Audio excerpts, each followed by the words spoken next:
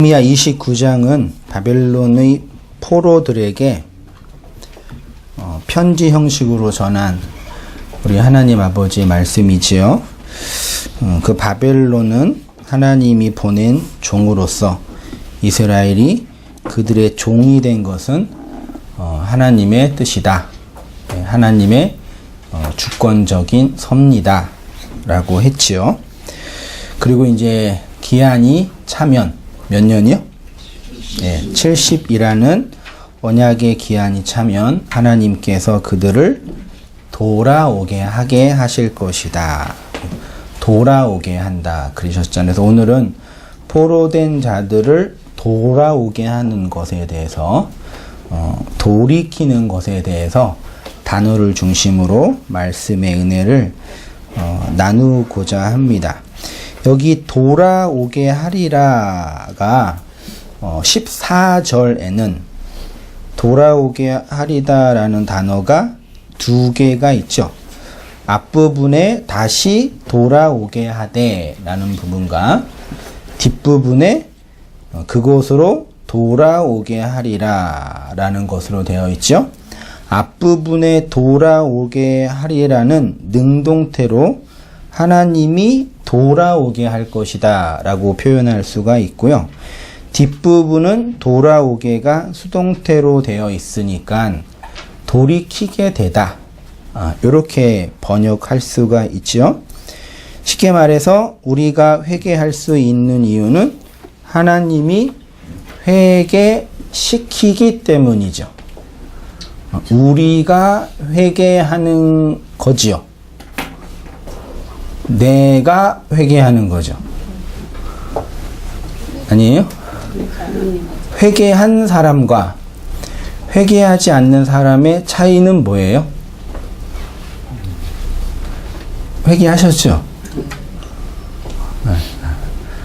다 하셨죠? 회개 안 하면 지옥 가요. 쥐 웃을 일이 아니에요. 회개해야 돼요. 그렇잖아요. 내가 어떻게 회개하게 됐어요? 반대로 어떤 사람은 회개 안 했죠. 내 남편 중에 회개 안 한 남편이 있을 수 있고, 여러분 남편 중에, 여러분의 자녀들 중에, 그리고 부모님 중에 회개 안 했죠. 안 한 분들이 계시죠. 그러면 회개한 나와 회개하지 않는 그네들과 차이점은 뭘까요? 나는 왜 회개하게 됐죠? 저분은 왜 회개 못하게 됐죠? 하나님의 저주로. 내가 하나님의 은혜로 회개했으니까 저분은 하나님의 저주인가요? 그걸 다른 말로 하면 하나님의 은혜가 가입되지 않았다라고 표현을 해요. 그냥 로마서 말씀대로 그냥 그대로 이렇게 둔다라고 표현을 해요. 그러니까 아무튼 회개는 하나님이 회개하게 하는 은혜를 주셔야지만 되죠. 다른 건 잘 모르겠지만 최소한 나에게는 회개하게 한 은혜가 있는 거죠. 회개를 경험했다면요. 그리고 어떤 사람에게는 아직 회개의 은혜가 없는 거라고 표현할 수 있죠. 이게 기독교 신앙에 있어서 아주 중요한 그 신학적 원리 중에 하나예요. 기도하게 하셔서 기도하는 거죠. 순종하게 하셔서 순종하는 거죠. 그러니까 하나님의 은혜가 가입이 되어야지만 그 은혜에 마땅한 행위를 할 수 있는 거죠. 그걸 이제 하나님의 은혜는 1페이지 오른쪽 위에 하나님의 은혜는 우리의 의지를 거스리거나 우리의 의지를 반하거나 우리의 의지를 저항하거나 우리의 의지를 반대하여 역사하지 않으시고 우리 안에서 혹은 우리를 통해서 그리고 우리와 함께 역사한다라고 그 오웬인가가 정리를 했어요. 그러니까 하나님의 은혜는, 그러니까 우리는 하나님의 은혜 없이는 아무것도 못해요. 그렇죠? 은혜가 없이는 안 돼요. 그렇지만 은혜는 우리를 거역하고 우리를 대적하고 우리를 반하여 역사하는 건 아니죠. 하기 싫은 거 억지로 와서 교회 예배당에 오시거나 봉사하거나 헌금 내거나 말씀을 듣거나 진리를 배우거나 이거를 안 배우면 큰일 난다. 이런 것 때문에 하시는 건 아니잖아요. 그치요? 그치만 내 의로 하는 건 또 아니잖아요. 이게 기독교 신앙에 있어서 아주 중요한 하나님과 우리와의 그 관계를 설명하는 중요한 화두예요. 거두절미하고 어쨌든 은혜 받은 자에게는 하나님의 은혜 안에서 행하는 차원들이 있다.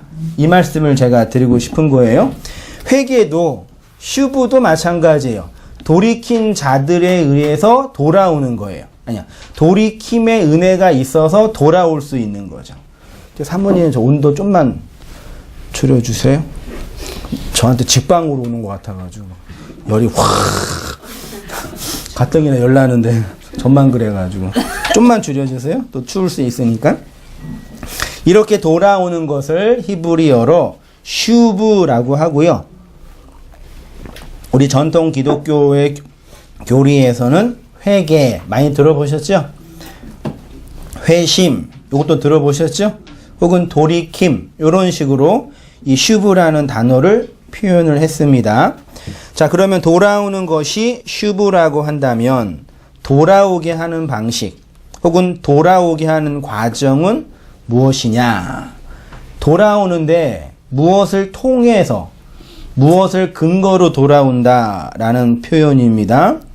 하나님께서 우리를 돌이키게 하기 위해서 더 정확하게 이스라엘 백성을 돌이키게 하기 위해서 누구를 보내셔요? 그렇죠. 선지자들을 보내셔요. 선지자들이 해야 할 가장 중요한 직무, 아니 유일한 직무는 그들로 이스라엘로 돌이키게 하는 게 가장 중요한 직무예요. 그러니까 돌이킨다는 얘기는 어떤 힘을 향해 어떤 방향으로 가고 있는 거죠. 그러니까 어떤 방향으로 가고 있다라는 건 그 방향으로 힘이 있다라는 얘기죠. 그 길을 돌이키게 하려면은 가고 있는 방향보다 힘이 더 세야 돼요? 약해야 돼요? 최소한 가고 있는 방향보다 힘이 더 세야지 물리적으로도 그래요.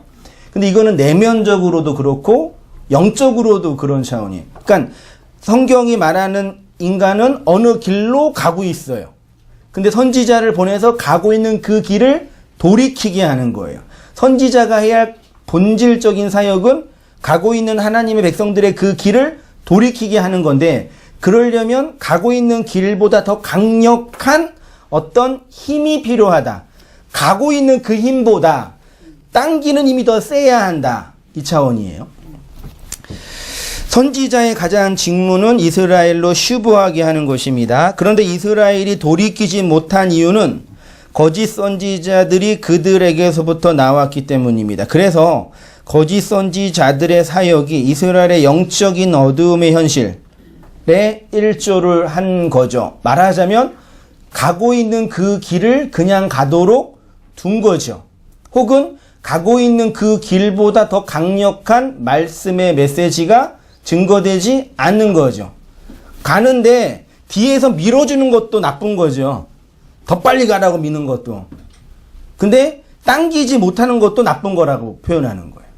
이게 좀 되시나요? 여러분 거듭 말씀드리지만 선악 판단 안에 있는 사람은 선악과 먹어서 이 세상을 두 마음으로 보고 있는 사람들은 들어야 할 것을 듣는 것이 아니라 듣고 싶은 거를 들어요. 봐야 할 것을 보는 것이 아니라 보고 싶은 것을 봐요. 말해야 할 것을 말하지 않고 말하고 싶은 것을 말해요. 가끔 이렇게 정신적으로 좀 아픈 지체들은 가끔 저한테 문자로나 전화로나 이렇게 보내가지고, 목사님 어저께 밤에 뭐 이긴 거 봤다고, 이거 왜 이렇게 보이냐고 그래요. 그럴 때가 있어요.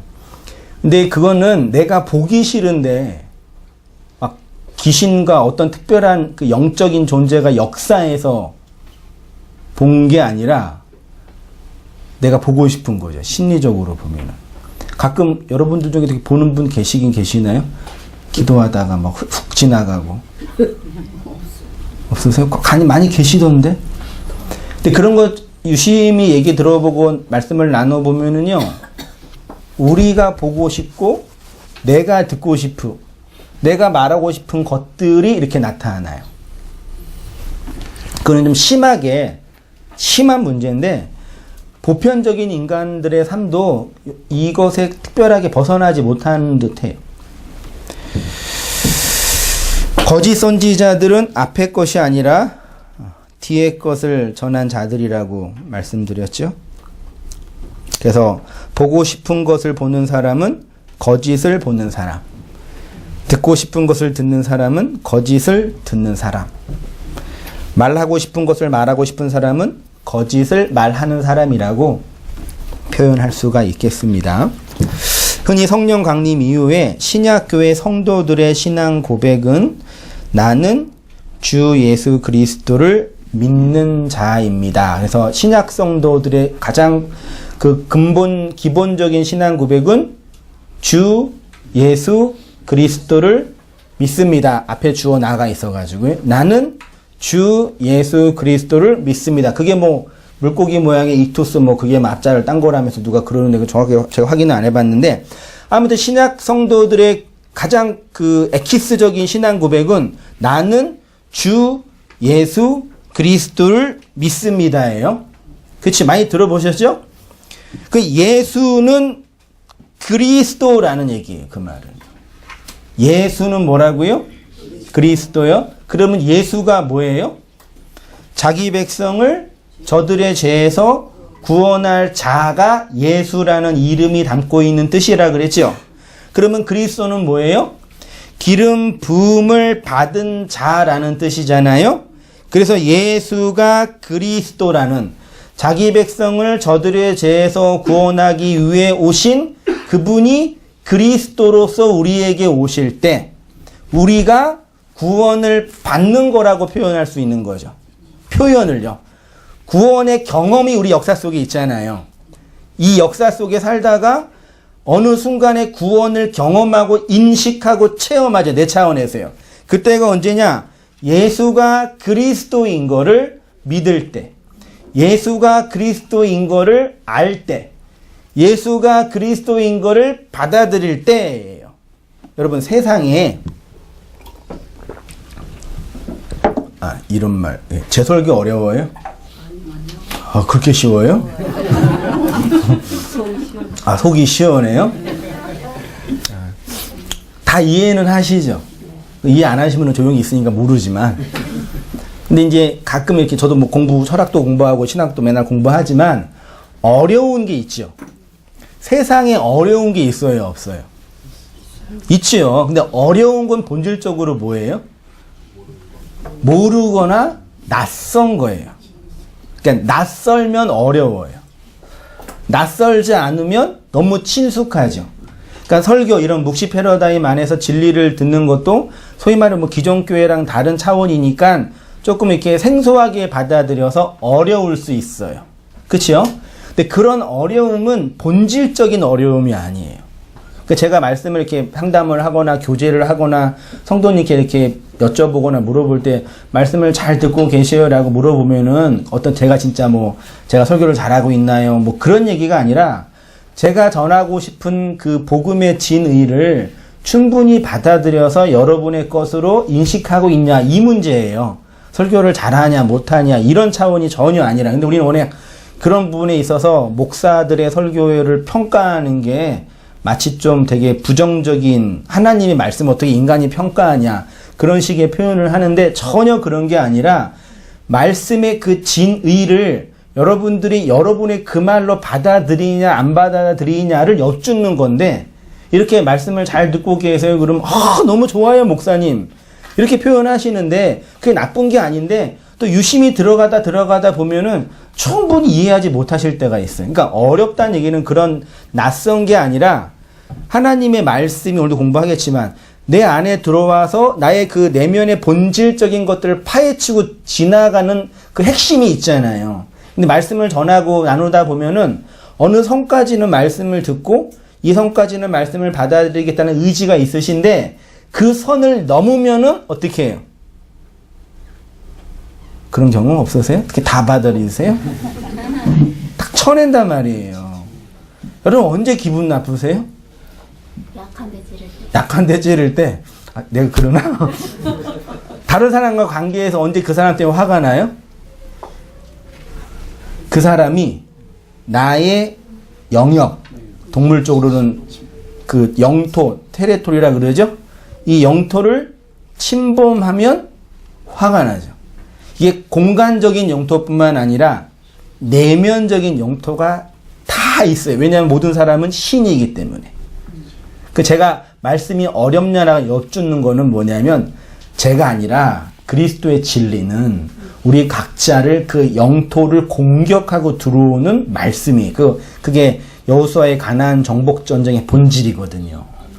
그를 치고 들어올 때 아까 아프다고 표현했지만 우리 자매님 맞아요. 아프니까 거부하거나 밀어내요. 그래서 그거를 어렵다고 표현해요. 이해가 안 된다고 표현해요. 혹은 받아들이지 않는다고 표현해요. 신학적인 용어나 히브리, 헬라어 이런 용어는 어려운 차원이 아니에요. 그 본질은 내 존재랑 하나님의 그 말씀이 내 존재의 심연의 깊은 곳으로 들어와서 나를 본질적으로 회개시키느냐의 문제예요. 회개시키는 말씀이 되면 생명이 되고 내가 그 말씀을 쳐내면 나랑 상관이 없는 말이 되는데 이때 성도들이 어떻게 표현해요? 그 말씀이 어렵다라고 표현을 해요. 그런 측면에서는 어렵지 않으시죠? 근데 여전히 어려운 분들이 계셔요. 그래서 이해가 안 된다고도 표현하기도 하고 이해를 못하겠다고도 표현해요. 정확하게 아직 나는 이것이 정리가 안 된다 그렇게 표현하는 분도 계시지만요. 근데 그 말씀은요. 제가 어떤 기술을 잘 발휘해서 여러분을 찌르는 게 아니라 하나님 살아 계시죠. 하나님은 말씀으로 역사하시죠. 우리가 그 믿고 있잖아요. 그 하나님이 말씀으로 역사한다니까. 이거 어떻게 역사하겠어요? 말씀에 증거되는 그 현장과 현실 안에서 내가 나한테 필요한 나의 그 가장 큰 약점을 그걸 들고 들어오셔요. 살아계신 하나님께서요. 그러니까 여기에서 전하는 이 말은 제가 원고 준비하고 열심히 공부해서 전한 저의 설교이기도 하지만 그게 우리 그리스도인들 각자에게는 하나님의 말씀으로 들어와야 된다는 얘기죠. 그럴 때 우리 안에 진정한 회개가 일어나요. 이걸 여러분이 다 경험하고 계시는 거죠? 그럼 오늘 설교 다 한 거예요. 끝났어요. 커피 마시고 가면 돼요. 그렇지만 또 아쉬우니까 진도로 나가야죠. 그게 예수가 그리스도인 것을 받아들인다라고 표현을 합니다. 맨 아래 단락이요. 그것이 우리 인생 속에서 예수가 죽고 영이 부활하여 그리스도가 되신 사건입니다. 그래서 우리에게 누구의 말씀이 들리냐면 그리스도의 말씀이, 영의 말씀이요 들려요. 선악 판단 안에 있는 사람들은 마음이 둘로 나뉘어져 있기 때문에 모든 것을 둘러보고 둘로 판단하여 자기 욕망의 무저갱 속으로 빠져 있는데 그리스도의 말씀이 우리 두 마음에 생명의 씨로 떨어지면 이 율법의 두 마음이 진리의 한 마음이 된다. 이렇게 표현을 하는 거예요. 그냥 율법의 두 마음은 상처받은 마음, 선악 판단 안에서 자기를 지키는 마음이에요. 제가 이 도표가 뭐 썩 맞는 건 아니지만 그냥 나름대로 정리한 건데 인간에게는 뭐가 있어요? 자아라는 게 있죠. 이 자아는 이 심리학적인 용어인데 이거를 우리 일상적인 용어로 바꾸면 뭐예요? 뭐예요? 그냥 나. 어렵지 않아요. 나예요. 자아가 난데 이 나는 욕망하는 주체로 살고 있다라고 표현을 했어요. 그 심리학자들이. 근데 저는 이것을 어떻게 표현하냐? 선악과를 먹어서 선악 판단 아래에서 모든 것을 둘로 나누어서 본다라고 표현을 하는 거예요. 종교적으로, 신학적으로. 이 욕망하는 자아가 선악 판단을 모든 것을 두 개로 보면은 반드시 그 안에 뭐가 형성이 될까요? 심리적으로, 내면적으로 죄책감이 만들어져요.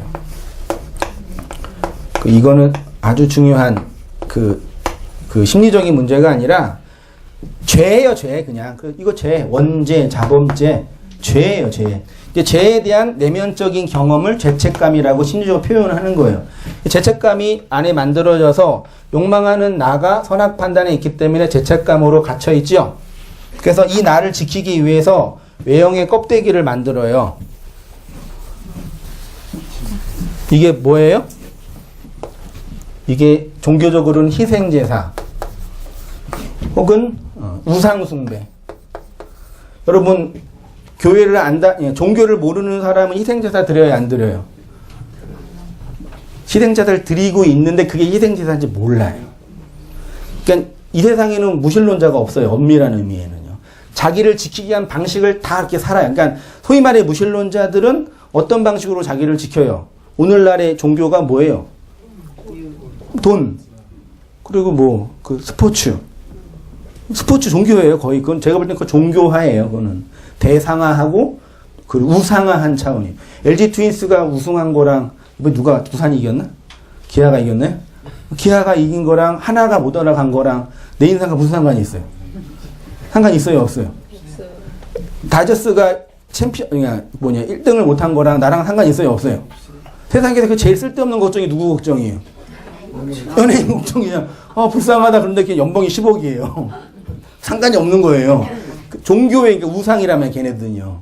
그래서 그걸로 자기를 이렇게 회수하면서 살아요. 예수님 안 믿는 그 과학이든 이런 방식이든. 근데 종교인들은 그 방식이 아니라 희생제사 드리는 방식과 우상숭배하는 방식으로 자기 의의를 만들며 살아요. 그래서 모든 종교에는 자기 의의를 만드는 방식의 종교 체계자가 다 있어요. 이걸 잘했던 종교 집단이 가톨릭이에요. 진짜 종교화 되려면 가톨릭이 더 멋있어요. 뽀대나요. 막 이렇게 우리 개신교가 따라가려고 그러는데 이게는 거의 모조품이에요. 진짜 그분들은 멋있단 말이죠. 종교화 하려면. 그게 잘못됐다고 믿어서 개혁한 게 개신교라니까요.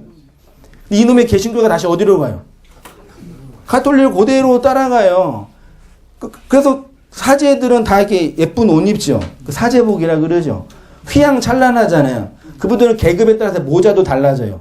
직급이 낮은 분은 이만하고 모자가, 높은 분은 이만하고, 제일 높은 분은 이만해 모자가. 그죠? 근데 지금 개신교 목사님들이 옷을 옛날에는 까만 거 하나 입었는데요. 요즘 보세요 한번. 휘장도 두르고 십자가도 넣고 막 꽃도 붙여요. 제가 예언하는데 좀만 더 해서 머리도 이렇게 할 거예요. 감리교 하던데 이렇게? 맞아요. 해죠. 그게 된단 말이에요. 왜냐하면 이렇게 해야지 인간이 자기 의의를 만들 수 있으니까요. 진짜 개신교는 요거 부시는 종교라니까요. 그 요거 부시면 할 게 없으니까 서운하시죠? 저한테 많이 안 서운하세요? 가끔 계시더라고요. 이렇게 있어서요. 이렇게 이 율법 틀에서 자기가 상처받아서 죽는 거예요. 그래서 요걸 지키면서 내가 살아있음을 증명하면서 하는 거예요. 근데 복음은 진리는 이런 나에게 밖에서 뭐가 들어와요? 하나님의 말씀이 들어와서 두 개로 나누어진 마음을 하나로 만드니까 나가 욕망하는 나예요. 여기에 욕망하는 나의 마음에 하나님의 말씀이 들어오니까 말씀을 담은 내가 되잖아요. 그게 생명, 그게 잉태되는 거라고 그러고 수정되는 거라고 그러고 자라는 거라고 표현하는 거예요. 그러니까 율법 안에서 희생제사, 우상제사를 드리는 사람은 겉은 깔끔하고 아름답게 포장되어 있는데 안에는 생명이 없어요. 그건 분명해요. 근데 복음은 이거를 말하지 않고 이 생명을 말하는 거라고요.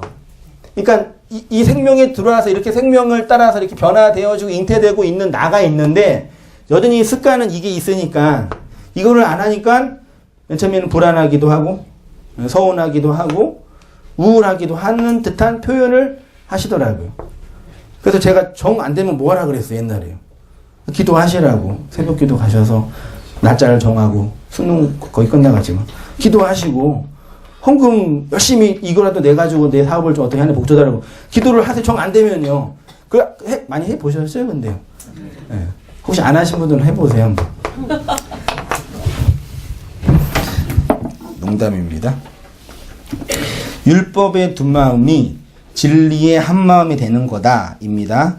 그것을 뭐라 그런다고요? 슈브예요. 그러니까 돌이킴은 나중에 뭐 하겠지만 윤리적, 도덕적, 장소적 개념이 아닙니다. 초등학교 1, 2학년 아이들 수련회 보내서 밤에 사경회 하잖아요. 할 때 불 끄고 기도시키잖아요. 선생님이 뭐 하라 그래요? 선생님이 안 해보셨어요? 회개하라 그러잖아요. 애들이 착해가지고 회개해요. 막 울면서 회개하라 그러니까 쫄아가지고 회개할 걸 생각하는 거예요. 뭘 생각해요? 아, 엄마 거짓말한 거, 엄마 지갑에서 500원 뺀 거, 그리고 컴퓨터 게임한 거, 엄마 몰래. 하나님 잘못했어요. 그러죠? 어린애 그 회개예요? 그 회개 아니에요. 그거를 종교적으로 잘 만든 게 가톨릭의 고해성사예요. 근데 그건 어린아이만 하는 게 아니라 어른들도, 개신교도들인 어른들도 교회에서 똑같이 해요. 그렇게 하면 카타르시스가 느껴지니까. 여러분 죄 지은 거 많죠? 많잖아요. 죄 지은 거 다 쓰세요. 다 써가지고 내가 누구 미워한 거, 누구 욕한 거, 전 대통령 욕한 거 막 다 써서 밤에 가서 불로 다 태운 다음에 올라가요. 개운해요. 그거를 내면적으로 하는 게 회포를 푸는 거예요. 그래서 일 끝나고 술 마시고, 일 끝나고 노래방 가고, 일 끝나고 나이트 가서 나를 풀잖아요. 다 종교 형식이라니까. 무서운 종교 형식이에요, 다 그게요. 생명 없는 증거예요.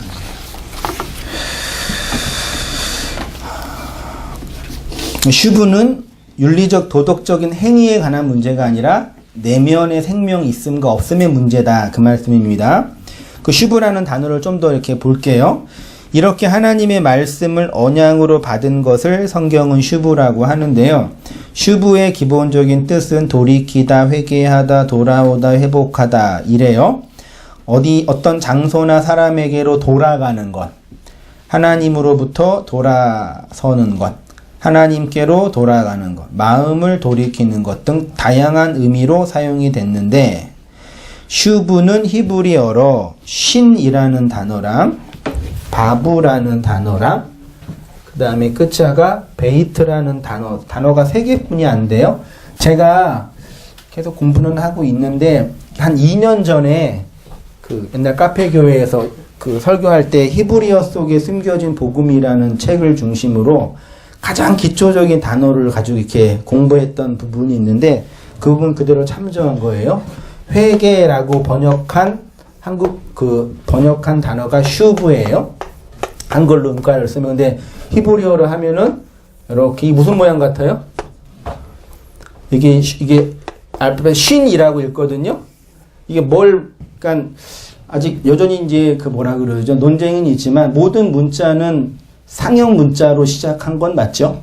네, 모든 문자는. 히브리어도 물론 이제 그 고대의 다른 언어와 연관이 있겠지만 상형 문자로 시작했다고 봐요. 근데 이건 아직 우리 신학계에 정확하게 정통적인 받아들이지 않는 부분이 있어서 논란이 있긴 있지만 어쨌든 제가 공부한 바로는 그 상형 문자이기 때문에 고대 히브리어는 거의 다 그 상형 문자를 따라 한 거라고 봐요. 이거는 무슨 모양처럼 보여요? 삼지창. 이거 이빨 모양이래요. 네. 아랫니, 윗니. 이거는 신 이렇게 돼. 두 개예요. 이빨로 뭐예요? 씹죠? 부시죠? 그래야지 음식이 소화되잖아요. 이게 부시는 기능을 해요. 무너뜨리는 거. 그 다음에 우라는 발음이 이렇게 돼 있어요. 이렇게 점 안에 이렇게 착되게 내려가는 거. 이게 바브라고 해요. 음가가. 이거는 쉰인데 영어 음가로 S로 표현을 해서 히브리어 폰트가 없는 그 한글에 이 히브리를 딱 치면은 S, V 혹은 W, 그 다음에 이 베이트는 B예요. 이렇게 딱 음가가 나와요. 근데 거의 비슷해요.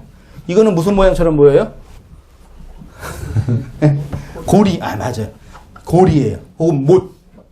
옛날에 고대 시대에는 텐트에 살았으니까 텐트로 이렇게 기둥하고 이렇게 텐트를 치잖아요. 그럼 요 끝에다 끈을 달아서 못을 박잖아요. 텐트를 고정하는 거, 땅이랑 텐트를 고정하는 연결고리, 이게 바브예요. 그래서 이게 접속사로 사용돼요. 그리고 바브 혹은 못으로 박다 이렇게 사용이 돼요. 맞아요. 마지막이 이제 베이트라는 단어예요. 이건 당연히 집 모양이죠. 네, 그래서 읽을 때 슈브라고 읽는데 이게 뭐 파자를 굳이 하자면 집이 못에 의해서 뭐 돼요? 파괴되는 거예요. 그게 슈브라는 단어가 가지고 있는 의미가 아닐까 한번 조심스럽게 추측해 본다. 그럴듯해 보이나요? 그럴듯하죠? 그럴듯한 게 많이 있어요. 이렇게 공부하다 보면. 집이, 못은 느낌이 오시죠? 어떤 기둥에 박혀진 못에 의해서 무너지는 거, 파괴되어지는 거, 씹히는 거, 소화가 되는 거죠. 그게 슈브다라고 단어가, 그 집을 못으로 무너뜨리는 거죠. 이것을 자신이 이전에 살던 집을 완전히 무너뜨려서 다시는 그것으로 돌아가지 않고 새로운 집에 거한다는 의미가, 집이 무너졌잖아요. 이전에 살고 있는 집은 단지 우리가 거하는 장소뿐만 아니라 넓은 의미로 우리가 이전에 행하였던 행위, 지식까지 포함됩니다. 그러니까 이전에 행하였던 죄악으로부터 돌이키는 것을 의미합니다. 그런데 그 내용이 뭐냐? 단순히 개별적인 행동과 행위가 아니라 이전에 살던 집, 옛 성전을 부수고 새 성전으로 짓는 것입니다. 그래서 바울은 이렇게 신약 성경에 와서는 슈브라는 회개를 이렇게 표현을 했어요. 골로새서 3장 9절 이하입니다. 너희가 서로 뭐 하지 말라요? 거짓말하지 말라. 여기서 말하는 거짓말은 뭘까요? 희생제사, 우상숭배, 자기의예요. 이거 하지 말라. 옛사람과 그 행위를 벗어버리고, 옛사람은 희생제사 드리잖아요. 우상숭배 하고요. 벗어버리고 새 사람을 입었으니 생명을 받았으니 이는 자기를 창조하신 이의 형상을 따라 지식에까지 새롭게 하심을 입은 자니라. 이렇게 되어 있죠. 그래서 이 슈브라는 단어가 가지고 있는 의미를 제가 크게 세 가지로 정리를 했는데, 첫 번째는 옛 성전의 파괴, 옛 집의 파괴라고 말하고요. 두 번째로는 언약의 땅으로 돌아가는 것이라고 표현하고요. 세 번째로는 자기 십자가를 지는 것이라고 정의를 내렸습니다. 첫 번째로 슈브는 옛 성전의 파괴인데요. 그런데 우리의 옛 성전은 어떻게 무너졌냐? 예수 그리스도가 나와 함께 십자가에서 죽으심으로 우리의 옛 성전, 첫 번째 성전이 무너졌어요. 요한복음 2장 19절 같이 읽어보겠습니다. 시작. 예수께서 대답하여 이르시되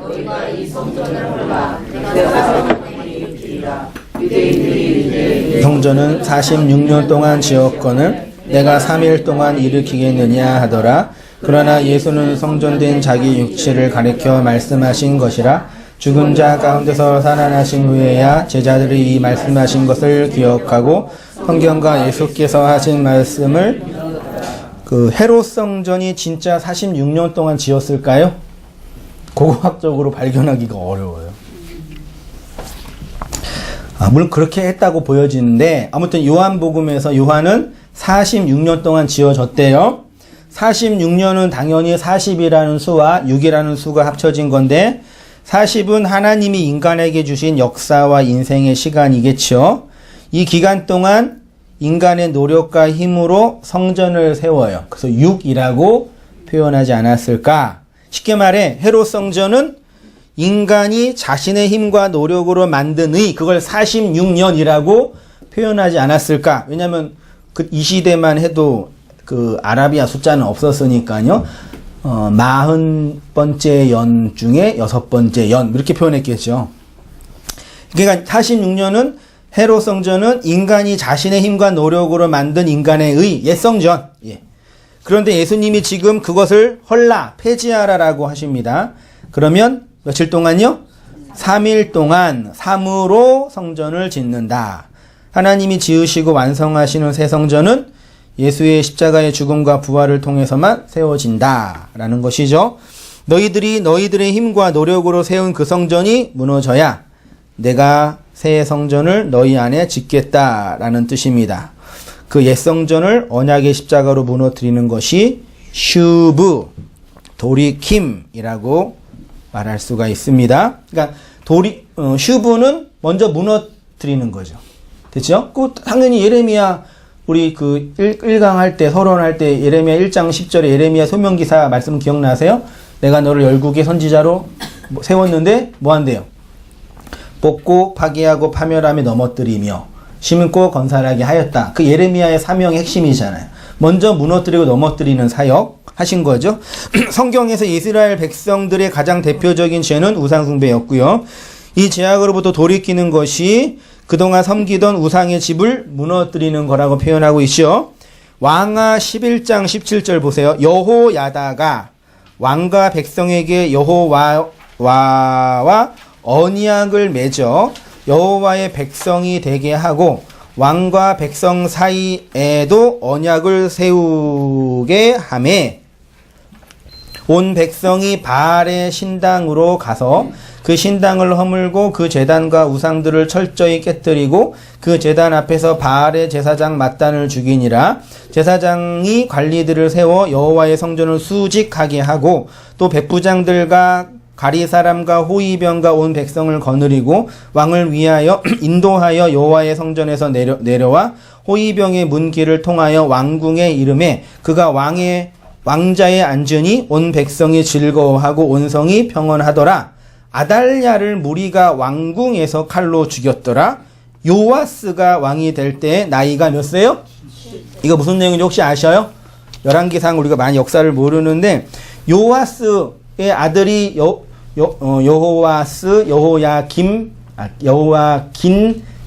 김긴 히드기야잖아요. 요아스의 아버지가 아하스인가 그래요.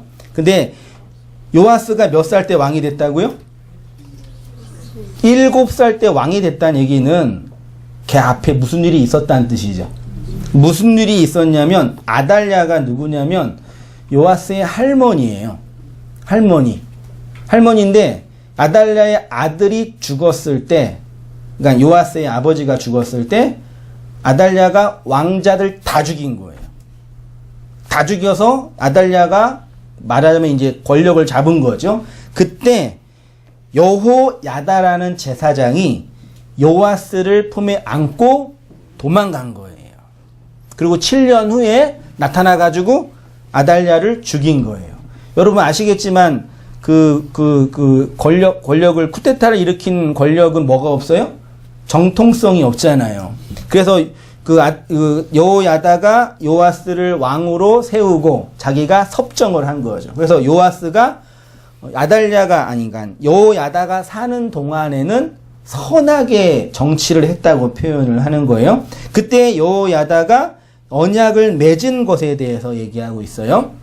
그러나 성경이 말하는 회개는 단순히 인간의 윤리적, 종교적인 죄를 버리는 것보다 더 중요한 의미가 있습니다. 그것은 하나님의 언약으로 돌아오는 것입니다. 창세기 12장 1절 여호와께서 아브라함에게 이르시되 너는 너의 고향과 친척과 아버지의 집을 떠나 내가 내게 보여줄 땅으로 가라. 아버지의 집 옛 성전을 부수고 하나님이 보여줄 새롭게 지어줄 새로운 땅으로 가라는 것입니다.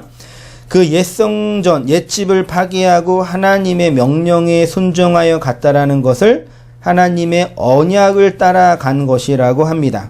그 하나님은 그 언약으로 아브라함을 다루시고 그 과정 중에 이렇게 표현해요. 창세기 15장 16절에 내 자손은 4대 만에 이 땅으로 돌아오리니, 이 돌아오리다가 뭐라고요? 슈브의 언약을 맺어서 돌아오게 한다 이 뜻입니다.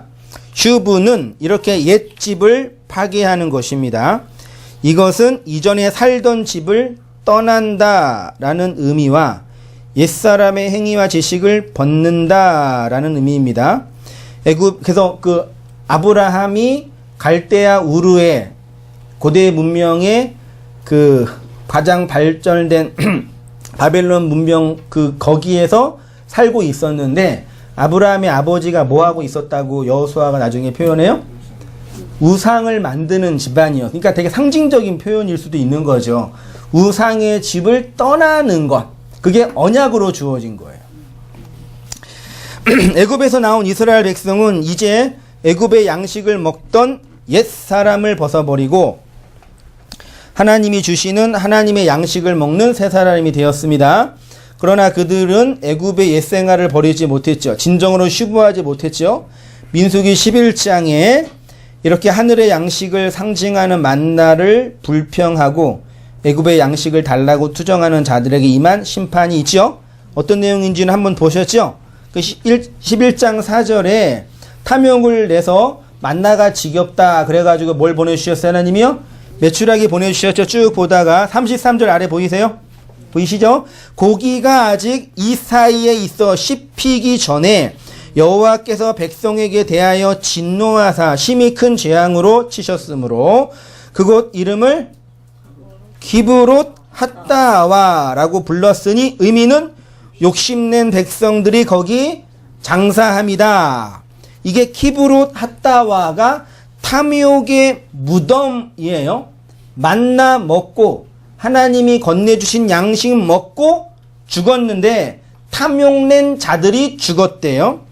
우리가 이 세상 애굽에서 살다가 약속의 땅을 모형하는 언약 안으로 들어오면 내가 애굽의 양식에 탐욕을 낸 사람이라는 것이 폭로되죠. 하나님의 말씀 만나가 떨어질 때 그 만나가 나의 탐욕, 애굽의 양식을 먹고 싶은 나를 폭로한다는 것이죠. 그래서 성도는 그 말씀 앞에서 죽게 됩니다. 이것이 성도의 신앙생활입니다. 그러니까 이런 본문을 보면서 몇천 년 전에 이스라엘 백성이 애굽의 음식을 먹고 싶어서 성질 부리다가 죽었다고 생각하는 신화처럼 이해하면 안 되고 우리 안에서 일어나는 이야기로 오늘도 우리는 이곳 진리의 말씀 앞에서 나의 탐욕이 발각되어 죽게 되죠. 그러면 탐욕의 무덤이 어디예요?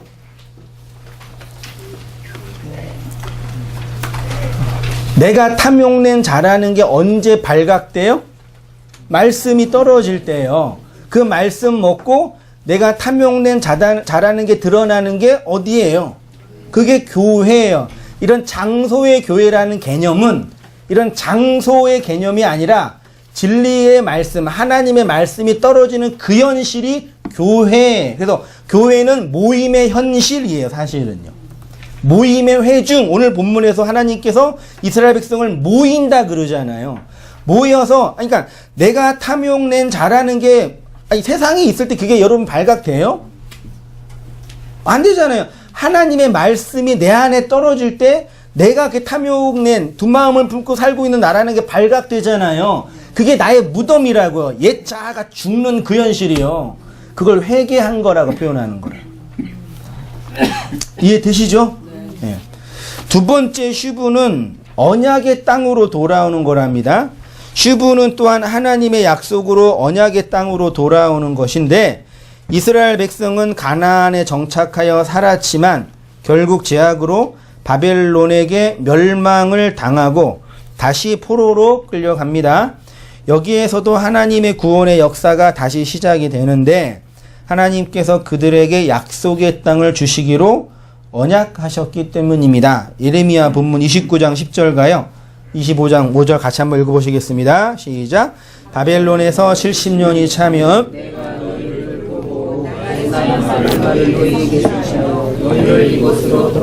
하리라. 너희는 각자의 악한 길과 악행을 버리고 돌아오라. 그리하면 나 여호와가 너희와 너희 조상들에게 영원부터 영원까지 준 그 땅에서 살리라. 70년이 차면 돌아와서 어디에 산대요? 땅에 살죠. 그래서 하나님은 회개하고 돌이키면은 땅으로 돌아오는 거예요. 됐죠? 그걸 슈브라고 표현하고 있어요. 그럼 돌아갈 땅이 어디예요? 어느 땅으로 가죠? 슈브는 약속의 땅으로 돌아오는 거예요. 결론으로 답을 말하면 약속의 땅은 어디예요? 누구예요? 무엇이에요? 언약이 있는 땅이잖아요. 언약을 받은 나잖아요. 내가 하나님의 약속인 거죠. 그렇죠? 내가 약속의 땅이 된다. 그거를 언약의 땅으로 돌아간다. 자, 보세요. 하나님께서 하늘나라의 영광과 하나님이 임재하고 하나님이 계시하는 그 현실을 설명하는 방식으로 에덴 동산, 가나안 땅, 천국, 예루살렘이라는 장소, 물리적 장소를 구약으로 설명해 주셨어요. 물리적 장소예요. 그거는 의미와 내용으로 내 안에 주어진 거예요. 물론 죽으면 천국이라는 장소, 우리가 지금 경험하는 시간과 공간에 매여 있는 장소가 아니라 다른 차원의 의미로 있겠죠. 그럼 뭔지는 몰라요.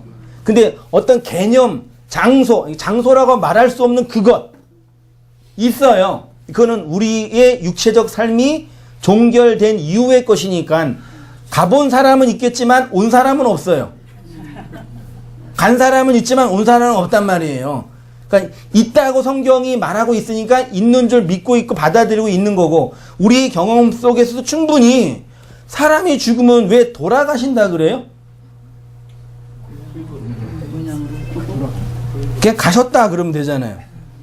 돌아가셨습니다 하고 그래요. 그 왜 그럴까요? 있던 곳이라고 누가 가르쳐 줬길래? 애 낳고 얘야 너 원래 호적은 저기야. 근데 여기 온 거야. 그랬어요? 이 땅에 살다가 돌아갈 곳이 있다라는 걸 모든 인류가 다 자각한다니까요. 그걸 자각 안 하는 인류가 없어요. 그런 장소는 있단 말이에요. 근데 그 개념이 우리에게 어떻게 역사 속에서 경험되냐면 이 현실에서 내가 약속을 받은 그 땅이 되는, 그거를 약속의 땅이 이제 구약에서는 뭘로 됐어요? 가나안 땅이잖아요. 가나안 땅을 누가 정복해요? 여호수아가 정복하잖아요. 여호수아는 누구 예표예요? 예수님인데 정확하게 말하면 그리스도예요. 모세가 예수고 여호수아가 그리스도예요. 그래 모세가 예수로 이스라엘 백성을 요단강 직전까지만 인도하고 몽학 선생이 돼서 약속의 땅인 우리를 그리스도가 말씀으로 정복하게 들어오는 이야기가 여호수아서예요. 여호수아의 정복 전쟁은 하나님의 말씀에 의해서 내가 정복당하는 그 현실을 얘기하는 거지, 기독교 문명이 예수님 안 믿는 민족을 막 정복하고 선교하는 거 아무 상관없어요. 그거랑은요. 그 에덴 동산으로 읽어볼게요. 하나님이 하나님의 백성에게 주신 약속하신 약속의 땅은 결국 하나님이 최초의 인간에게 주신 에덴 동산을 의미한다 할 수 있습니다. 에덴 동산은 태초에 하나님께서 사람과 함께 거하시기 위한 창조하신 하나님의 처소, 거처였죠. 마지막 때에 다시 회복되는 에덴 동산이 계시록 21장에 있는 새 예루살렘이지요. 구약에서는 약속의 땅으로, 신약에서는 하나님의 나라로 표현된 거예요. 그거를 일반 종교가 강하게 있는 나라에서는 천당, 천국 등으로 상징으로 표현한 거고, 우리 선조들이, 기독교 선조들이. 그러니까 천당의 당 개념은 불교적 개념이거든요. 그러니까 그거를 이렇게 표현한 거죠. 뭐 극락, 표현한 거죠. 천국으로. 근데 그 개념은 어떤 들어가는 장소가 아니라 막 삼지창 들고 야자들이 막 들고 막 찌르고 막 그 팔열 지역 뭐 무슨 지역, 그런 개념이 아니라 존재의 문제라는 얘기예요. 살면 살수록 여기가 지옥이라는 게 자각이 되죠. 얼마나 살았다고. 얼마 안 살았지만 그래도 이렇게 살면 살수록 내 마음이 지옥이구나. 여기 이렇게 사는 게 지옥 생활이구나라는 게 자각이 되잖아요. 어디 막 나쁜 곳에 들어가서 뭐 귀신들이 막 그렇게 막 힘들게 하는 그런 개념이 아니라요. 그래서 모든 공포 영화의 공포의 본질은 인간의 마음이에요. 하나님께서 우리와 함께 하시는 처소인 에덴 동산을 의미합니다. 우리는 그동안 회개에 대해 다분히 종교적이고 도덕적인 죄를 자백하는 것 정도로 이해했습니다. 그러나 성경에 말하는 회개는 단순히 그런 심리적 도덕적 행실 정도가 아니라 언약의 말씀으로 언약으로 돌아가는 것. 약속 붙잡는 것. 희생제사 붙잡지 않고 우상숭배, 우상 붙잡지 않고 하나님의 언약 붙잡는 거. 하나님의 약속 붙잡는 거. 그러니까 어렸을 때 어린아이가 엄마 아빠를 우상으로 섬기잖아요. 엄마 아빠를 우상으로 섬기는, 그래서 우상이 우상으로 잘 있어야 되죠. 우상이 무너지면 어린아이도 무너지거든요. 근데 아이가 자라면 엄마 아빠를 관계로 보잖아요. 언약으로 보고요. 그 개념이란 말이에요. 이런 회개가 없이는 하나님의 나라라는 약속의 땅에 들어갈 수가 없다. 자, 약속의 땅에 들어갈 수가 없다라는 의미가 뭔지 아시겠죠? 네. 또 이걸 약속의 땅에 들어갈 수 없다라고 표현하셨잖아요. 또 좋은 장소 가라는 얘기잖아요. 그렇게 이해하시면 돼요, 안 돼요? 이해하실 분도 하세요, 또. 성경 읽어요. 있는데 뭐 어떻게 알아요, 제가. 나더러 주여 주여 하는 자마다 다 천국에 들어갈 것이 아니요 다만 하늘에 계신 내 아버지의 뭐요? 그 하나님의 뜻이 뭐겠어요? 약속의 땅에 들어가는 건데 그 뭐예요? 회개, 슈브하는 거예요. 하나님의 뜻은 슈브하는 거예요. 하나님의 뜻을 행하는 것이 뭐냐? 율법의 조목을 다 지켜 행하는 것이 아니라 하나님의 뜻은 회개하는 겁니다. 이렇게 회개한 자만 하나님의 백성이 되고 흩어진 하나님의 백성에게 언약의 말을 던져주므로 그들을 하나님께로 약속의 땅으로 돌아오게 한다. 그래서 요한복음 11장이나 요한복음 10장에는 하나님이 하나님의 흩어진 자들을 모으기 위해서 언약이 떨어지는 거예요. 언약으로 떨어진 그 실체가 예수 그리스도라는 얘기예요. 그 예수가 그리스도가 되는 그 현실에게 약속으로 주어지는 거예요. 여러분 아시겠어요? 예수를 붙잡는다라는 붙잡는다라는 개념이 우상처럼 붙잡는 게 아니라니까요. 예수상 만들어 놓고 십자가 예수를 붙잡는 게 아닌 거 아시죠? 그 내용으로 내 안에 약속으로 주어지는 거라니까요. 잘 생각해 보세요, 진짜요. 그럼 평안이 올지어다. 그 생명이 있다니까요. 그래서 한 사람이 백성을 위하여 죽는 것이 된다. 이렇게 표현한 거예요. 밑에 내려오셔서 흩어진 하나님의 자녀들을 모으며 예수님은 이렇게 양 우리에 들어오지 않는 다른 양들에게 주님의 음성 언약의 말씀을 들려주심으로 그들을 인도하십니다.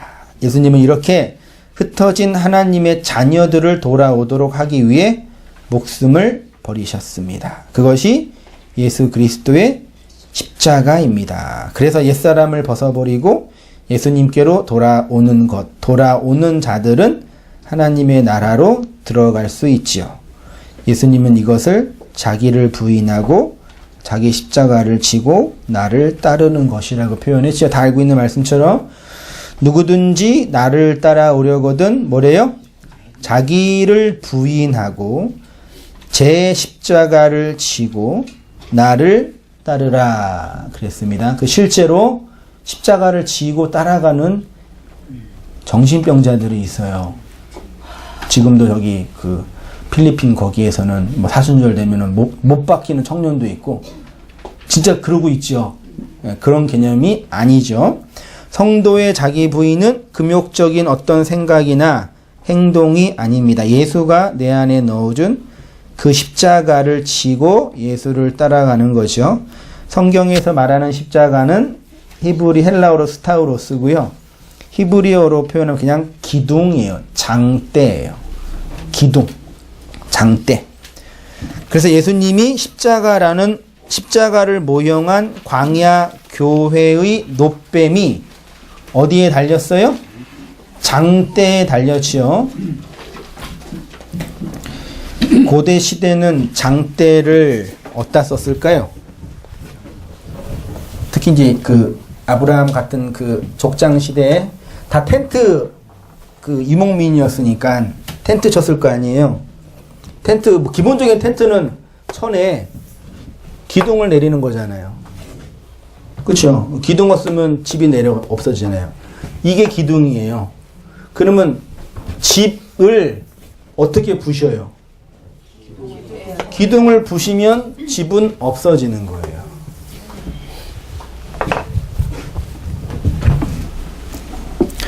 십자가를 진다라는 것은 옛사람의 집을 유지하던 기둥을 빼서 기둥 빼면 어떻게 돼요? 그럼 어떤 사람이 돼요? 집 없는 사람. 갈 곳이 없는 사람이 되잖아요. 그게 말씀을 따라 살아가는 삶. 언약을 따라 약속하신 곳으로 가는 삶. 아브라함이 하나님의 말씀을 듣고 본토 친척 아버지의 집을 떠난다는 것이 이런 뜻입니다. 고대 근동에서 아버지의 집을 떠난다는 것은 장막을 헐고 장대들과 구조들을 짊어지고 이동하는 거죠. 그게 자기를 부인하고 자기 십자가를 지고 나를 쫓아가라 라는 뜻이에요. 이것이 바로 옛집을 무너뜨린다는 슈브의 의미입니다. 이렇게 나를 지탱하는 기둥이 무너지면 집이 없어지니까 어떤 사람이 돼요? 가난한 사람이 되죠. 그러니까 집 문제는 고대 시대나 지금이나 똑같 이놈의 지겨운 거주비, 주거비, 이 주거비와 교육비 때문에 못 살겠죠. 그래 가난해요 우리는. 집이 없어. 누구든지 자기 모든 소유를 버리지 못하면 예수님의 제자가 못 된대요. 자기의 모든 소유죠. 여러분의 모든 소유를 다 버리셨죠? 또 그렇게 생각할 거예요 아마. 그거. 그 옛집이 무너지는 거. 들어갈 집이 없는 가난한, 이게 가난한, 이거 없는 그 상태예요. 그러니까 내가 살 집이 필요하잖아요. 언약으로 주어지는 집이요. 뭐 이게 꼭 맞는 예화일지 모르겠지만, 우리 이수진 장군님께서 명랑해전 들어갈 때 뭐 하셨어요? 안 보셨어요, 영화? 마지막 그 전투라고 생각하고, 그 명량으로 들어가기 전에 아군 진지를 다 어떻게 했어요? 다 불태웠잖아요. 그거를 배수의 신을 친다고 표현하는 건가요? 고대 시대 장수는 다 그렇게 해서 장수했잖아요. 심지어 가족도 죽였잖아요. 난 돌아갈 곳이 없게 만들어 놓고 그렇게 싸워야지. 가면 죽으니까. 이해되시나요? 그러니까 인간은 그렇게 안 하면요 약속을 따라갈 수가 없다니까요. 여러분 북한 괴뢰군이 대한민국을 침공해 들어온다고 쳐요. 그러면 군인들이 나라를 지킬 거 아니에요. 주전선에 있는 그 보병들이 총독을 싸울 거 아니에요. 대치되고 있으면 그 분대장이 분대 앞으로 그러면은 그러면서 나가서 총을 쏠까요? 네? 애국을 위해서 나라의 영광을 위해서 이놈의 북한 괴뢰하고 쏠까요? 안 쏠까요? 총을 이렇게 쏴요. 이렇게요. 진짜라니까요. 그래도 안 나가요. 그럼 어떻게 해요? 뒤에서 소대장 권총이 있어요. 그 권총은 뭐 하는 거냐면 자살용이랑 아군을 죽이는 거예요. 니네 안 나가? 뒤에서 쏴요. 평평평 쏴요. 근처에 오잖아요. 무섭지요? 그러면 무서우니까 일어나서 가다가 총을 맞아요. 피가 막 터지죠. 옆에 있는 동료가 그걸 보면 어떻게 돼요? 눈이 돌아가요. 그래가지고 이제 그때부터 전쟁이 시작되는 거예요. 무섭지 않나요? 실제 전쟁이 그렇게 시작된대요. 그래서 전쟁의 현장에는 인권이고 뭐 인간성 게 다 없어요. 그러니까 전쟁에 막 양민학살이나 뭐 그런 거 있잖아요. 그게 그런 현실이기 때문에 그런 거거든요. 그러니까 기본적으로 우리는 돌아갈 곳이 있으면 앞을 못 봐요. 그 은혜가 입혔다는 건 뭐예요? 하나님 우리에게 뭐 하셨다는 얘기예요? 다 아시네요, 우리 성도님. 다 아시네요. 요거를 없애는 거예요. 그래서 이게 없어진 사람들이, 무너진 사람들이 그 언약의 말씀이 언약으로 들리는 거예요. 여러분 다 경험하시잖아요. 3년 전에, 4년 전에 이런 복음과 진리를 들을 때는 무슨 개소리야. 이렇게 표현했던 분들이 요거 무너지니까 이게 진리구나 확 다가오셨잖아요. 그렇게 우리가 옛성전이 무너져야지 언약으로 세워지는 거예요. 그래서 제가 기도할 건 아니지만 하나님의 백성, 언약, 약속의 땅으로 가는 하나님의 백성은 뭐 찬란한 영광, 하나님의 나라의 복, 자여손이 잘 되고 뭐 이 땅에서 번영하고 그런 게 있으면 좋겠습니다. 예, 그렇게 되셔요. 그렇게 주어지는 게 아니라 이걸 없앤다는 말이에요. 이거 없으니까 물론 처음에는 공포스럽고 두렵고 무섭기도 하지만 그렇게 악이나 학대로 주어지는 게 아니라 진짜 언약을 바라보게 되는 거예요. 이게 없기 때문에 바라보는 측면보다는 그 언약이 진짜 약속으로 주어지기 때문에 이게 무너진 거라고요. 하나님 우리를 자학하거나 우리를 막 뭐라 그러죠? 막 망하게 하거나 그걸 막 즐기시는 분이 아니라니까요. 하도 이 묵시 패러다임 안에서 하도 이게 된통 당하시고 산전수전 화생방전까지 우주전 공중전 다 경험하신 분들이기 때문에 하나님에 대한 상이 막 다 무너뜨리고 다 깨뜨리고 다 포기하고 뺏어가는 분으로만 인식할 수 있는데 그런 부분이 없지는 않지만 본질은 생명이에요. 그러니까 무너진 것 때문에 너무 아파하지 마시고 이 반대편에 있는 그 생명으로 우리가 자유하게 하고 안식하게 하고 죄책감이 사라진 그 자유로 살아가는 그 생명, 그게 그리스도인의 영적인 생명이라니까요. 그러죠. 누가 저한테 그럼 그게 뭐냐고 한번 보여주라고 저한테 그런 분도 계시는데 차근차근 들어보세요.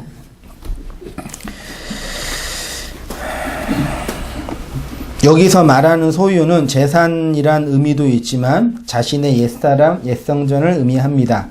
옛사람을 온전히 벗어버리고 가난한 자가 되는 것이 회개하는 것이고 그렇게 가난한 자들만 하나님의 나라에 들어갈 수가 있습니다.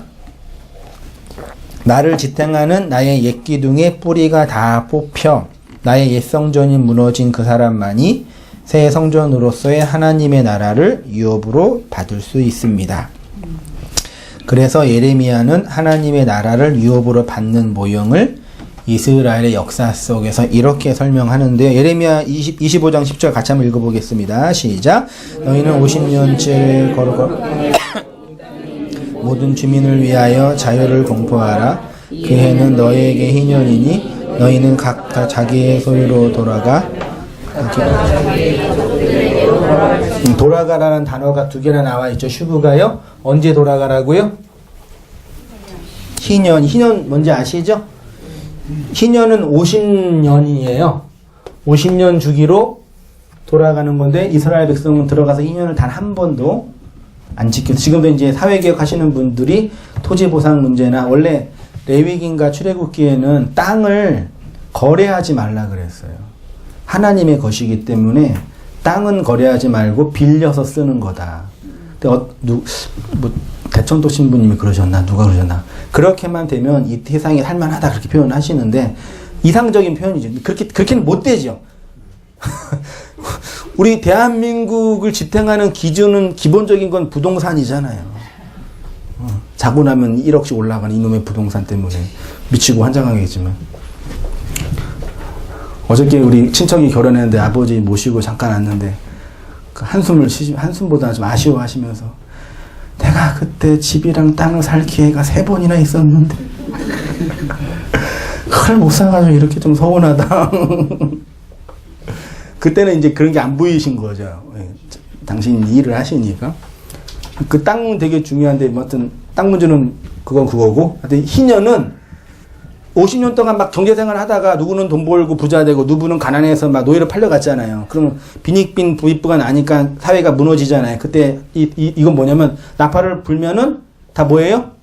쌤쌤이 딱 되는 거예요. 똑같이. 다시 요이 땅 하는 거예요. 기울어진 운동장이 다시 펴지는 거예요.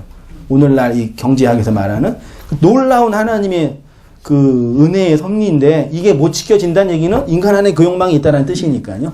이 희년은 50년인데 7년 하면 49가 되고 49 다음 해가 희년이죠. 그러니까 안식년. 그러니까 안식년은 뭘 또 내용으로 해요? 7일. 안식일. 또 안식일은 뭘 또 내용으로 해요? 매일 하루 이스라엘 백성이 번제를 언제 드렸어요? 아침 저녁 상번제로 매일 드린 거예요. 그러니까 우리 이스라엘 백성이 매일 하나님께 드려지는 번제는 뭘 예표한다고요? 내가 오늘 하나님께 이게 뭐 드리고 이렇게 이 개념이 아니라 하나님 나라의 완성, 모든 포로된 자의 돌아옴, 슈브, 요거를 왜 이래요?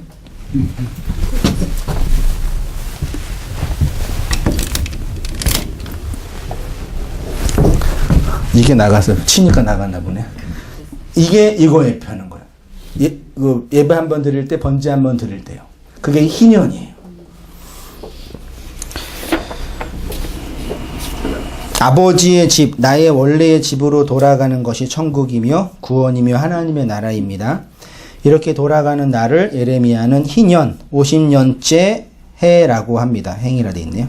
이 희년은 7년의 안식년이 7번 있는 다음 해이며 7년의 안식년을 7일 안식일이며 안식일은 매일 드리는 상번제를 통해서 이스라엘의 역사 속에서 경험됩니다.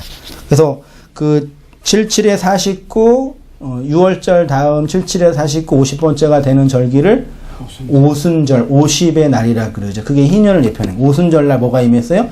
성령이 임했죠. 원래 보리를 추수하니까 하나님의 나라의 열매를 거두는 그날, 나라의 열매가 드러나는 그날이 희년, 성령이 임하는 그날이에요. 그게 우리를 슈브하게 한다. 그때가 내가 비로소 하나님의 언약의 백성이 된다. 말하자면. 자, 마지막에 읽고 마치겠습니다. 그리스도의 말씀이 여러분의 옛 기둥, 옛 자아의 기둥을 무너뜨렸지요. 무너뜨렸습니다. 우리의 옛 자아의 그 기둥을. 그래서 살 집이 없는 가난한 자가 됐죠. 옛 성전에서 못 산단 말이에요. 그래서 언약의 말을 따라서 새 집을 찾는 거, 짓는 거죠. 우리나라 어렸을 때, 저도 어렸을 때, 모래 노래 할 때, 두꺼 봐, 헌집 줄게. 왜 그랬을까? 참, 우리나라 전통 문화도, 왜 동짓날에는 빨간 거 팥죽을 먹고, 왜 그랬을까요? 그 집을 짓는, 오늘날 그게 이제 부동산 정책으로 와가지고 부동산을 강조하는 시대가 됐나? 그래서 가난하게 만든 그 말씀, 나를 짓게 하는 그 말씀으로 새롭게 지어가는 거죠. 그 말씀에 뭐 하는 거예요? 목 매는 거예요. 여러분, 목 매는 게 뭐예요? 목 매달다가 뭐예요? 두 가지 뜻이에요. 죽으려고 목을 매두는 거. 그 다음 또 한 가지는 그거에만 집중하는 거. 그게 그거예요. 한국말도 재밌다니까요. 목을 매달아야 돼요. 그래야지 그 진리로 살아요. 뒤를 불태워야지 언약을 바라보고요. 그래서 가끔 이제 제 경험으로는 목매지 않는 사람들을 보면 좀 아쉬운 거죠. 제가 목사이기 때문에 그런 게 아니라 가끔 그렇게 평가할 때가 있어요. 당신은 목사이기 때문에 그러지 않는데 그거 상관없어요. 저도 평신도 경험 많이 했고 그 말하는 건 좀 의미가 없지만 그렇게 그 진리에 목매는 삶이어야 되죠.